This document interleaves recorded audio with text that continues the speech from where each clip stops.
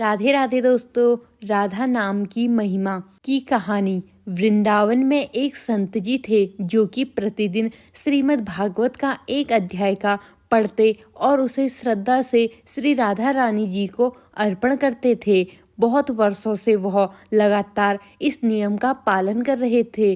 कभी ऐसा नहीं हुआ था कि उन्होंने श्री राधा रानी को भागवत का अध्याय न सुनाया हो। लेकिन एक दिन जब वह भागवत का अध्याय पढ़ने बैठे तो उन्हें उसके अक्षर दिखाई नहीं दिए, जिस कारण वह कुछ भी पढ़ नहीं पाए। उनकी आंखों से अश्रुधारा बह रही थी कि मैं आज श्री राधा रानी को भागवत का अध्याय सुना नहीं पाया।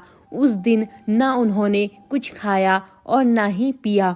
रोते रोते पूरा दिन निकल गया, क्योंकि उनका नियम था कि भागवत पाठ करने के पश्चात ही भोजन करते थे।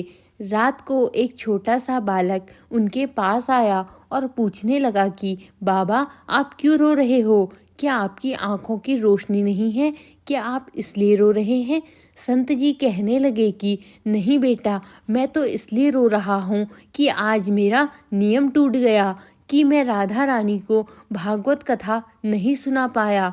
लड़का कहने लगा कि बाबा, मैं यह पट्टी आपकी आंखों पर बांध देता हूँ, इससे आपकी आंखें ठीक हो जाएगी। संत को लगा कि यह बालक वृंदावन के किसी वैद्य का बेटा होगा जो आंखों का इलाज करना जानता होगा।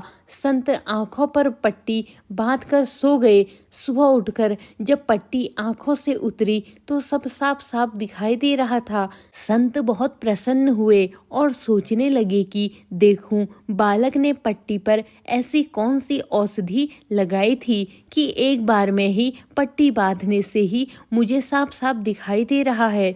संत जी ने जैसे ही पट्टी पर नजर दौड़ाई, उस पर राधा रानी का नाम लिखा था। राधा नाम की महिमा देखकर संत जी की आंखों से अश्रुधारा बहने लगी। संत जी कहने लगे कि किशोरी जी, आपके नाम की महिमा अपरंपार है। आपने तो मुझ पर यह कृपा की है। लगता है मेरे मुख से भागवत पाठ सुनकर आपको भी आनंद आता है।